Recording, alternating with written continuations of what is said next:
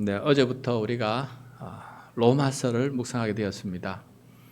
역시 구약을 묵상하다가 신약을 묵상하니까 훨씬 은혜가 되고 또 이해가 훨씬 더 쉽고 또 예수님을 묵상하게 되니까 더 감사하는 것 같아요. 여러분, 로마서는 사도 바울이 로마 교회에 서서 보낸 편지, 그래서 로마서라고 부릅니다. 로마 교회는 언제 태어났느냐? 주 30년경에 그날은 오순절이었습니다. 구약 성경에서는 77절이라 그러죠. 오순절에 모든 유대인들이 예루살렘 성전에 모여서 예배 드리는 날입니다. 로마에 살던 유대인들도 먼 거리를 여행해서 예루살렘 성전에 도착해서 77절 오순절 예배를 드리는데, 그날 마가의 다락방에 성령님께서 역사하셔서 여러 나라 민족의 방언으로 제자들이 기도하는 거예요. 그것이 소문이 돼서 많은 사람들이 찾아와서 그 소리를 듣게 되었습니다.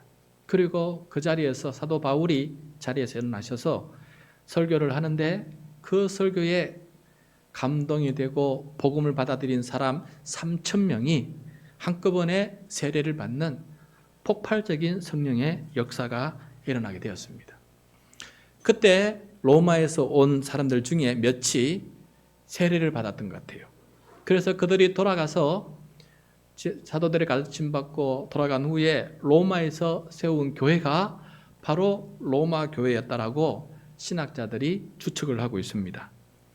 그러니까 주 30년경 로마 교회가 창립이 되었고, 거의 17년이 지난 주 57년경에 사도 바울이 지금 이 로마 교회를 방문하고 싶어서 방문할 계획을 로마서 편지를 통해서 로마 교회에 보내는 거예요. 그래서 로마서를 쓰는 당시 로마 교회는 창립 17주년을 보내고 있는 그런 교회였습니다. 바울은 편지를 쓸 때마다, 교회에 편지를 쓸 때마다 자기를 통해서 개척된 교회이든지 아니면 다른 사도를 통해서 개척된 교회이든지 간에 교회가 복음 앞에 든든히 서기를 바라는 마음으로 그 모든 편지를 썼습니다.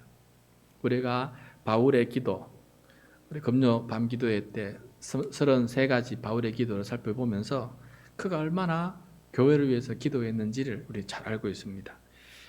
그러면 오늘 말씀도 교회가 든든히 세워지기를 바라는 마음에서 주신 말씀의 앞부분이에요. 오늘 우리 교회가 창립 11주년 감사주일을 맞이해서 77절 이 오순절 성령 강림주일에 이렇게 예배를 드리고 있는데, 우리 11주년을 맞이한 우리 교회에 이 사도 바울의 로마서를 통해서 우리 주님께서 우리에게 주시는 말씀을 받아서 함께 경청하는 그런 귀한 시간 될 수 있기를 소원합니다.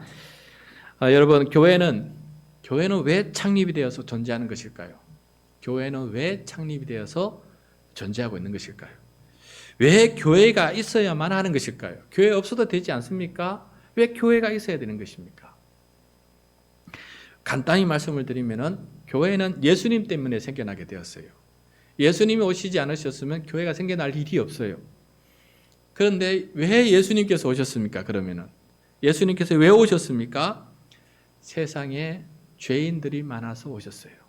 이 죄인들을 구원하시려고, 이 죄인들을 의인 삼아 주시려고, 하나님의 자녀 만들어 주시려고 오시게 되셨어요. 그러니까 교회는 왜 존재하게 되었느냐? 예수님 때문에 존재하게 되었고, 세상에 죄인들이 있기 때문에 존재하게 되었어요. 그래서 교회가 존재하는 이유는 이 세상에 죄인들이 있기 때문에 그 죄인들을 섬기기 위해서 교회가 생겨나게 되었다라는 것을 우리가 깨닫게 됩니다. 그러면은 세상 사람들은 왜 죄인일까요? 그러면 왜 세상 사람들은 죄인일까? 오늘 말씀은 세상 모든 사람들이 왜 죄인이고, 또 죄인을 의인으로 만들어 주시기 위해서 오신 예수님의 말씀을 듣기 전에 왜 그들에게 예수님이 꼭 필요한지 그 부분을 오늘 우리에게 말씀해 주고 있어요. 그래서 교회가 필요한 이유, 죄인이 있기 때문인데 그 죄인이 어떻게 해서 죄인이 되고 죄인으로 살아가고 있는지를 함께 살펴보는 그런 시간 되었으면 좋겠습니다. 자, 먼저 그러면 어떤 사람이 죄인일까? 어떤 사람이 죄인일까? 18절 말씀 우리 같이 읽도록 하겠습니다. 시작. 하나님의 진노가 불의로 진리를 막는 사람들의 모든 경건하지 않음과 불의에 대하여 하늘로부터 나타나니. 하나님의 진노가 하늘로부터 이 땅의 사람들에게 나타났습니다. 근데 어떤 사람에게 하나님의 진노가 나타났습니까? 어떤 사람에게 나타났어요? 네, 불의로 진리를 막는 사람들에게 나타났어요. 그들은 경건하지 않습니다. 경건하지 않아요. 경건이라는 것은 하나님을 경외하는 마음이에요. 근데 하나님을 경외하는 마음이 없기 때문에 그들 마음속에 불의가 있어요. 그 불의 때문에 그 불의로 진리를 가로막는 사람이 되어버렸습니다. 불의가 여러분 있기 전에 진리가 먼저 있어야 불의로 진리를 덮어버리지 않겠어요?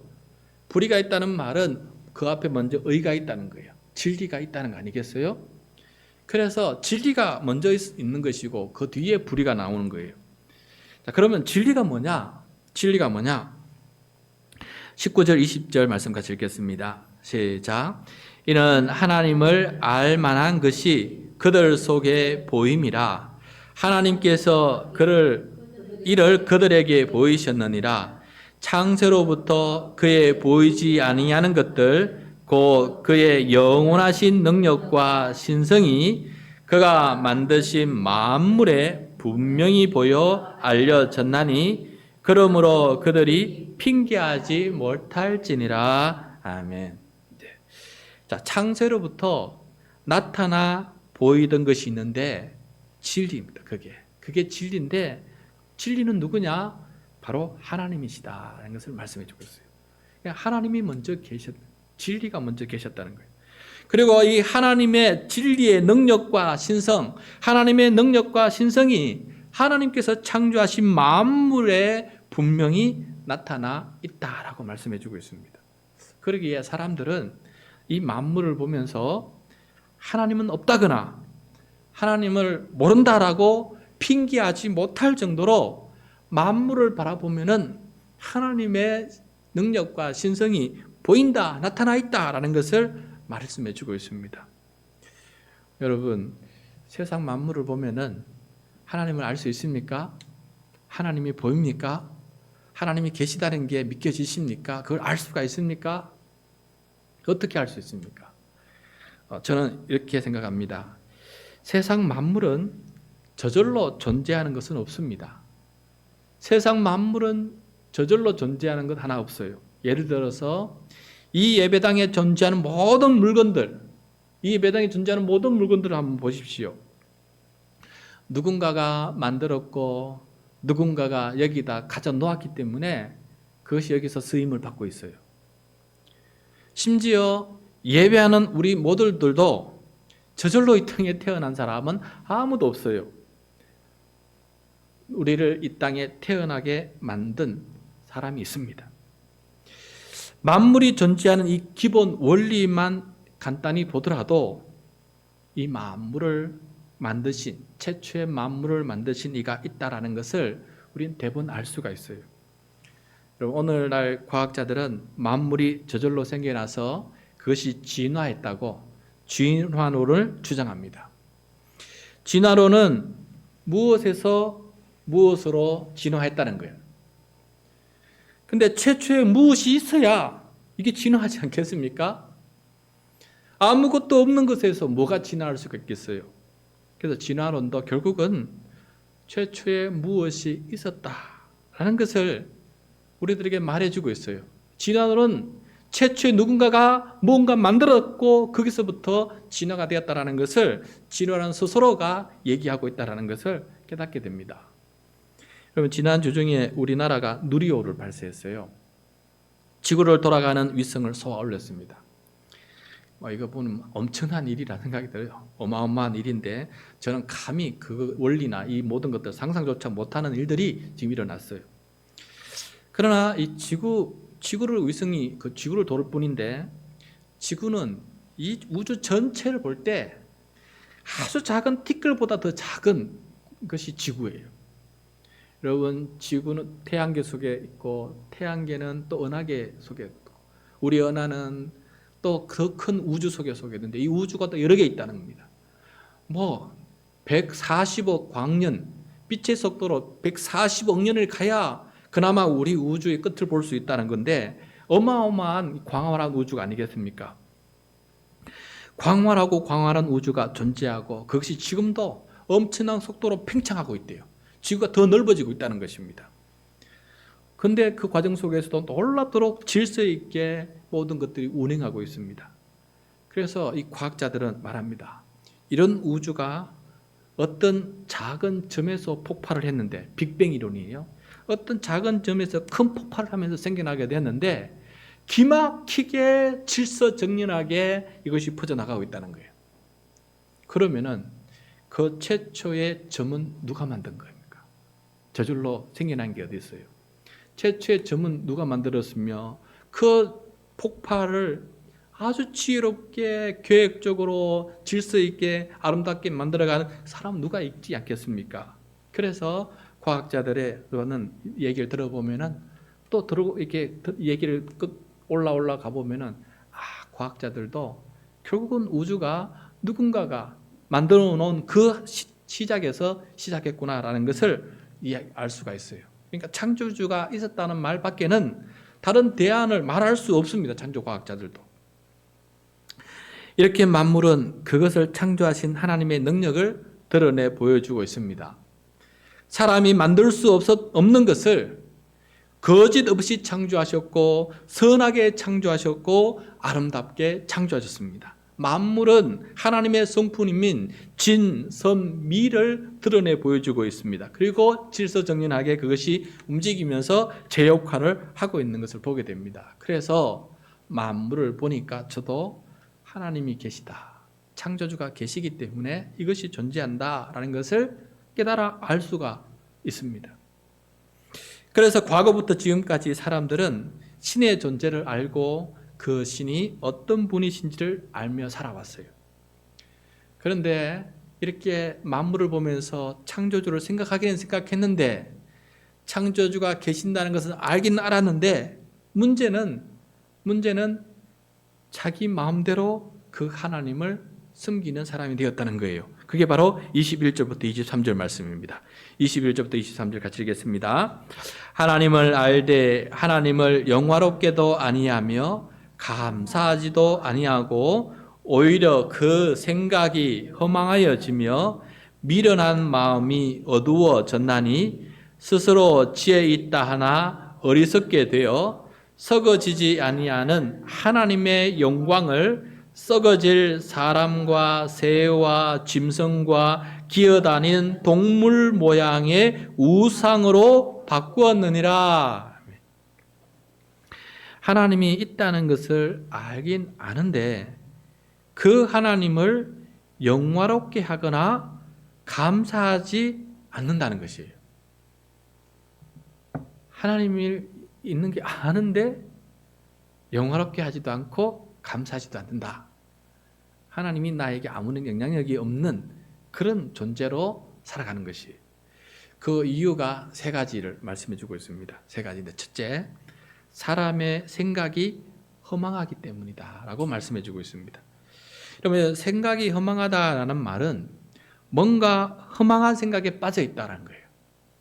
그러니까 하나님을 알면은 하나님을 향해서 올바른 생각을 가지고 있어야 되는데 허망한 생각에 빠져 있다는 것이죠.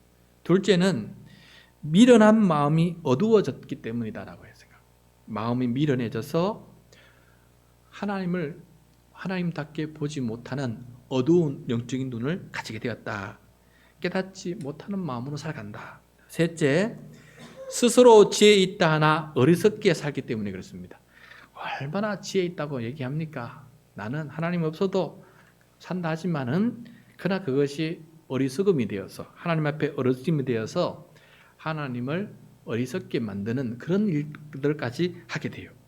얼마나 허망하고 미련하고 어리석냐면은 썩지 않는 하나님의 영광을 썩어질 사람, 새, 짐승, 동물 모양의 우상으로 바꾸어 버리는 일이 일어나고 있다라는 것이에요.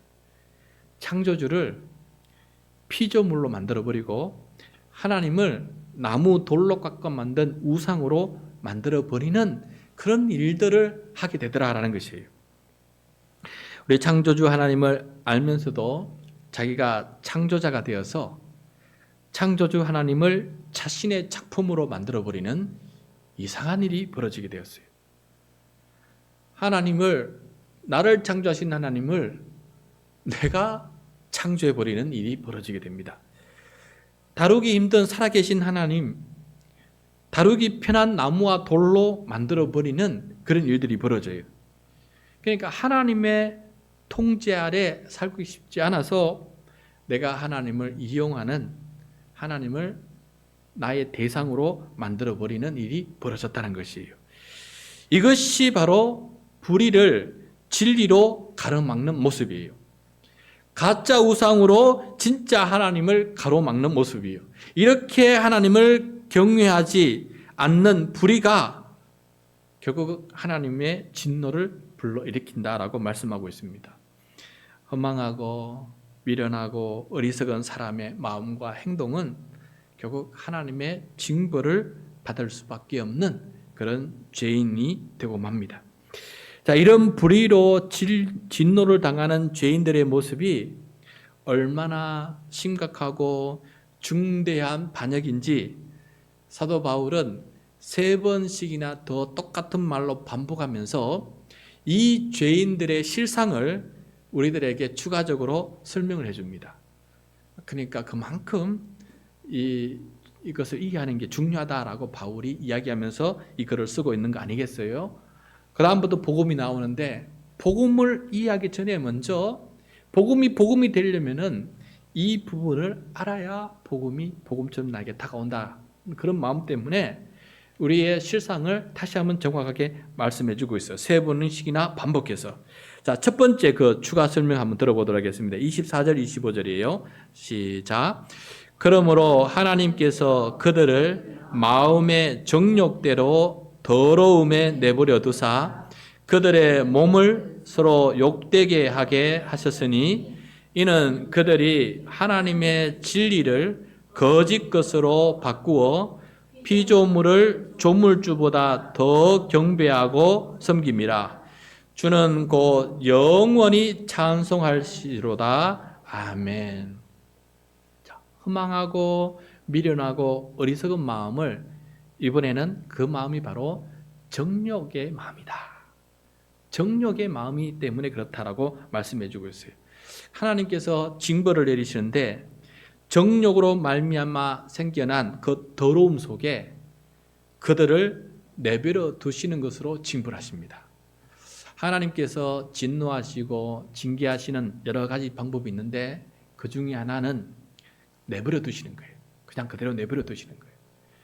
정욕 때문에 발생한 그 모든 더러운 삶 속에 그냥 내버려 두시는 겁니다. 그것이 하나님의 징계다는 것을 여기서 보여주고 있어요. 진리 대신 거짓을 따르고 조물주 대신 피조물을 경배하고 섬기는 일에 이 영적인 간음이거든요. 영적인 정욕이거든요. 이 영적인 이 정욕 속에 그냥 내버려 두셔서 그것이 얼마나 피폐한 삶인지를 체험하고 경험하게끔 하나님께서 내버려 두고 계시는 것을 보게 됩니다. 우상 숭배의 결말은 결국 멸망입니다. 우리 민수기에서 보시면 알겠지만 이스라엘 민족은 애굽에서 해방이 되어서 약속의 땅 가나안 땅에 들어갔는데 자기를 구원하신 여호와 하나님을 약한 옆에다 치워버리고 그 옆에다가 나무와 돌로 만든 우상 바알과 아세라를 섬기게 되었어요. 하나님만 섬겨야 되는데 바알과 아세라를 동시에 혼합해서 섬기는 영적 간음이 일어나게 되었어요. 여러 선지자들이 나타나서 그것은 멸망의 길이다. 하나님의 저주를 받는 길이니 거기서 벗어나야 된다라고 수도 없이 얘기했지만은 결국 그것이 좋아서 따라가요. 왜 그러면은 바알과 아세라를 그렇게 좋아했느냐? 바알과 아세라는 자기들이 원하는 것들을 다 가져다 준다고 약속했기 때문이에요. 무엇을 가져다 줍니까? 다산의 복을 갖다 주고 풍년의 복을 갖다 준다니까. 바알과 아세라는 다산의 신, 풍년의 신이거든요. 그러니까 내가 원하는 걸 다 가져다 주니까 얼마나 좋아요. 그러니까 안이 섬길 수가 없지 않습니까? 이들에게는 어떤 정의를 행하거나 하나님의 말씀에 순종하거나 내가 어떤 희생을 한다는 건 전혀 필요 없어요. 그냥 그런 삶이 필요 없이 그냥 그렇게 믿기만 하면은 가져다 준다는 거예요. 얼마나 편하게 자기 욕망을 채울 수 있습니까? 또 바알과 아세라를 예배하는 자리는 향락과 음행이 허용된 예배였어요. 그 즐거움, 음욕의 정욕의 즐거움을 마음껏 누리는 그런 예배였으니 얼마나 좋은 예배입니까? 자기들 마음을 다 정욕의 마음을 다 불태울 수 있는 그런 예배였기 때문에 우상 숭배를 하게 되었습니다. 그러니까 우상이라는 것이 결국 뭡니까? 하나님의 뜻을 따르고 하나님을 숭배하고 경배하는 것이 아니고 내 정욕을 충족시키는 것, 그 도구의 하나에 지나지 않는 거 아니겠습니까? 그래서 이 우상 숭배는 멸망의 길로 가게 된다는 것을 말씀해 주고 있습니다.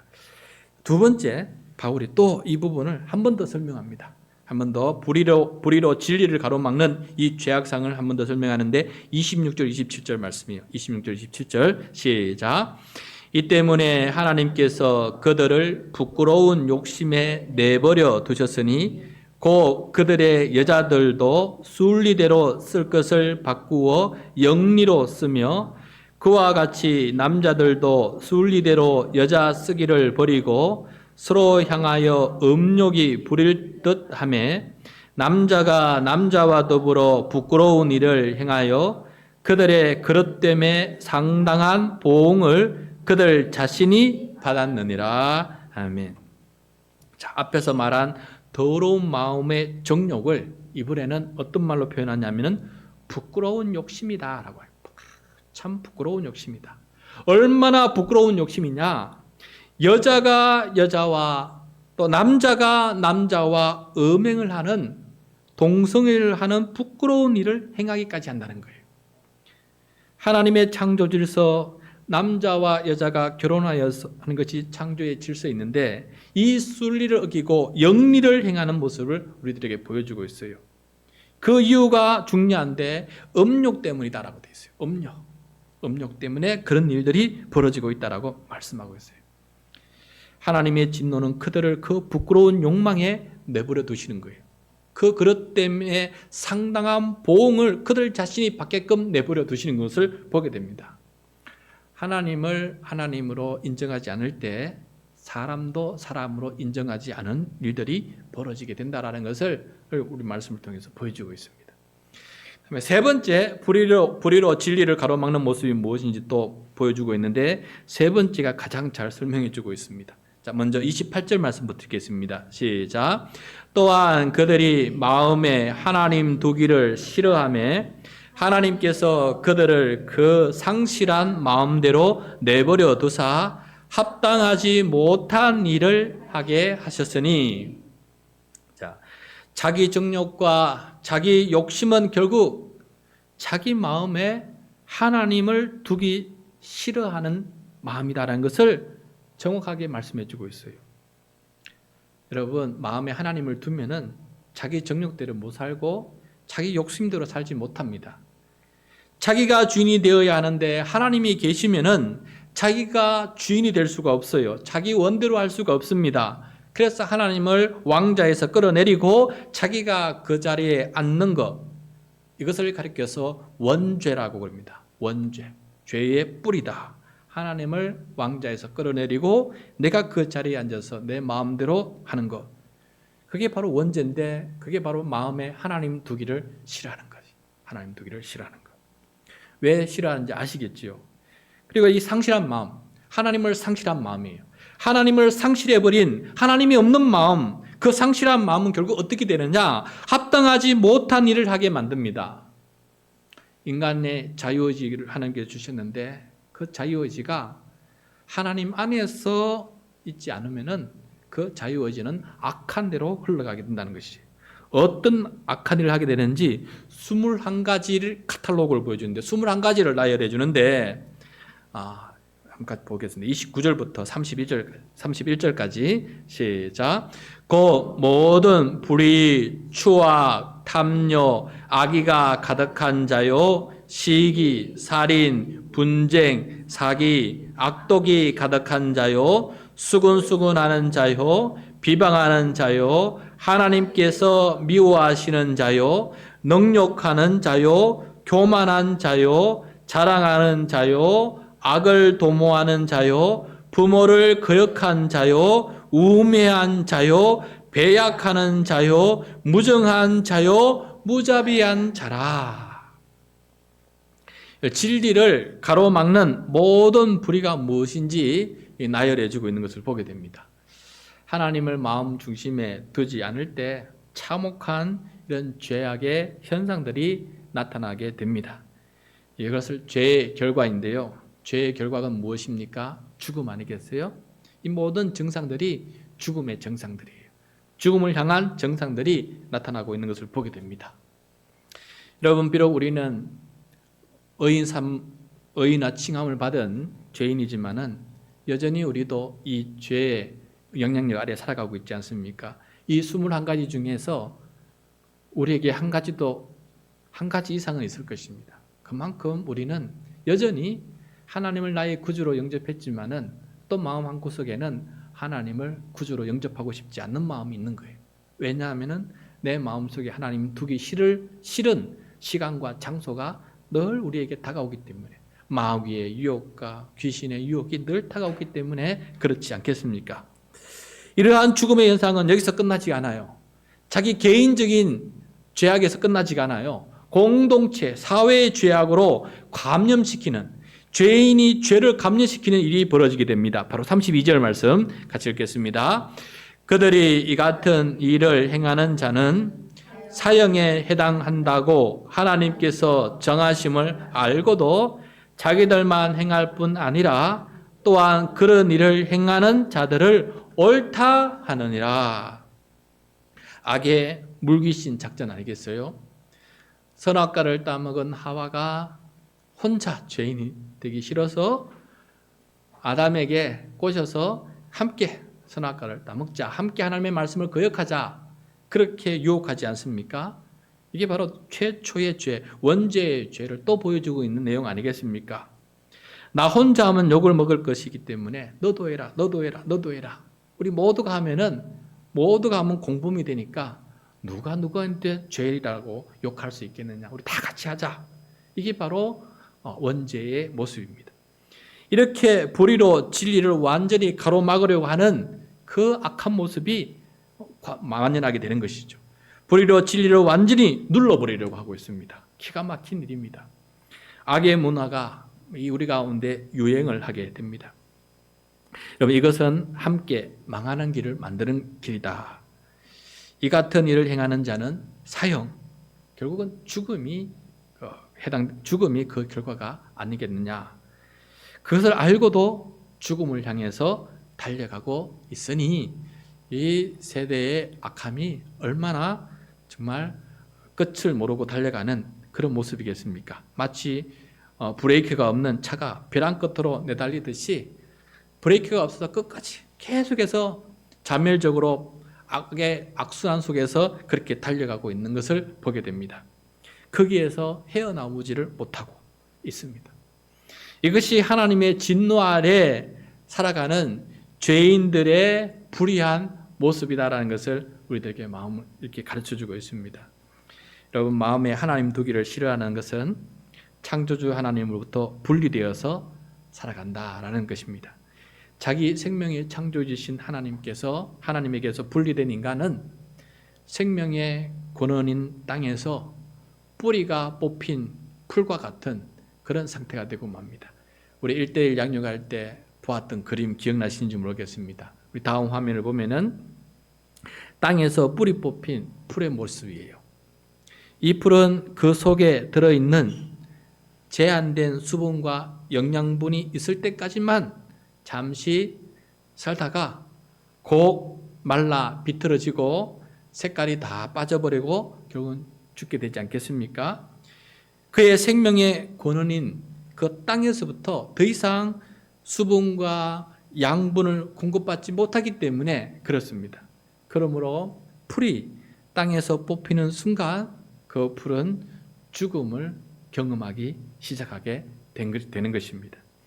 이러한 죄인을 그 죄에서 구원하시기 위해서 예수님께서 이 땅에 오신 것입니다.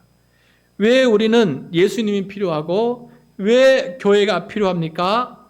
내가 바로 이런 불의한 사람이기 때문에, 내가 내 스스로 나를 구원할 수 없는 절망 속에 있기 때문에 교회가 필요하고 예수 그리스도가 필요하다라는 것을 오늘 이 말씀을 통해서 우리가 깨닫게 됩니다. 내가 내 마음에 하나님 두기를 싫어하는 죄인이라는 것, 그 다음에 내 욕심과 욕망대로 살고 싶어하는 사람이라는 것, 스스로 지혜롭다고 하지만은 실제로는 하나님 앞에 어리석게 살아가고 있다는 것, 하나님의 진노 아래에 있는 죄인이라는 것, 그래서 하나님을 우상으로 만들어버리고 사람을 영리로 사용해버리고 그리고 오만 가지 죄악의 이 모습들을 행하는 사람으로 살아가고 있다는 것, 이것을 안다면은 나를 구원할 누군가가 필요하다는 것을 우리가 깨닫게 됩니다. 야, 내가 이대로 살면 절단나겠구나. 미련하고 어리석은 내 모습이구나. 더러움과 부끄러움 속에 살고 있는 것이 바로 내 모습이구나. 내가 죽고 이웃도 죽고 세상도 죽어가는 그 절망 속에서 내가 살아가고 있는 것이구나. 내가 이대로 살면 안 되는데 마치 관성의 법칙처럼 달리는 버스가 멈출 수 없는 것처럼 저 멸망의 길로 내가 달려가고 있구나라고 하는 그런 자각이 일어날 때 예수 그리스도가 필요하게 되고 교회가 필요하게 된다는 것을 우리가 알게 됩니다. 예수님을 통해 내가 불의로 진리를 가로막고 있다는 것을 깨닫고 내 마음에 하나님 두기를 싫어하고 내가 왕이 되어서 내 욕심과 내 욕망대로 살다 보니까 내가 큰 죄인이구나. 예수님의 말씀을 듣고 그제서야 회개하고 주여 이 죄인을 용서해 주십시오. 이 죄인을 건져 주시옵소서. 그렇게 기도하면서 주님께 나아갈 때 주님께서 베풀어 주신 십자가의 그 크신 복음의 은혜가 얼마나 큰 것인지를 깨닫게 되고 그 다음에 영생과 하나님의 나라가 얼마나 큰 복인지를 그때서야 깨닫게 되어가게 됩니다. 그래서 반대로 이제는 진리로 불의를 가로막는 사람으로 변해가게 되는 것입니다. 이걸 가리켜서 회심이라 그래요. 회심. 생각과 행동, 삶의 방향을 유턴하는 것입니다. 새로운 방향으로 삶을 바뀌어 나가는 것이에요. 유턴해 볼 때 그때서야 내가 얼마나 불의로 살았는지를 깨닫게 되는 거 아니겠습니까? 사랑하는 성도 여러분, 오늘은 복음을 듣기 전에 누가 복음이 필요한지를, 누가 교회가 필요한지를, 누가 예수님이 필요한지를 오늘 살펴보게 되었습니다. 우리는 불의로 진리를 가로막는 그런 사람들이었습니다. 하나님을 알면서도 하나님을 경외하지 않고 사랑하지 않는 그런 사람들이었습니다. 그래서 하나님께 영광 돌리지 않는 삶을 살았던 우리의 모습이었다는 것을 이 시간 우리가 다시 한번 오늘 말씀을 통해서 깨닫는다면 하나님 감사합니다. 하나님 감사합니다. 그대로 그렇게 내버려둔 인생이 될 수 있었는데 그 부끄러움과 더러움 속에 살아갈 수 있었던 죄인인데 내가 하나님의 은혜로 예수 그리스도를 알게 되었고 이렇게 그것이 잘못되었다는 것을 깨닫고 이제부터 주님 앞에 바르게 살게 되게 해주셨으니 비록 죄인이지만은 이제는 하나님께 영광을 돌리는 죄인, 하나님께 감사할 줄 아는 죄인, 진리가 무엇인지 아는 죄인으로 그렇게 살게 해주셨으니 감사합니다라는 마음을 가질 수 있게 된 것입니다. 이게 바로 교회가 존재하는 이유입니다. 교회 없이는 우리 이런 것을 깨달을 수가 없다는 것을 오늘 말씀을 통해서 깨닫게 됩니다. 그러므로 오늘 11주년을 맞이하는 이 날에 하나님 이 교회를 통하여서 예수 그리스도를 알게 하시고 내가 얼마만큼 죄인이었는지, 예수 그리스도께서 십자가에 죽어야만 내가 구원을 받을 수 있는 그런 죄인이었다는 것을 깊이 깨닫고 감사하면서 이 교회가 그 사명을 더 잘 감당하기 위해서 기도하며 이 교회를 통해서 수많은 불의한 사람들이 주님께로 돌아오는 이 일에 우리가 함께 쓰임 받을 수 있는 우리 모두가 되기를 간절히 소원합니다.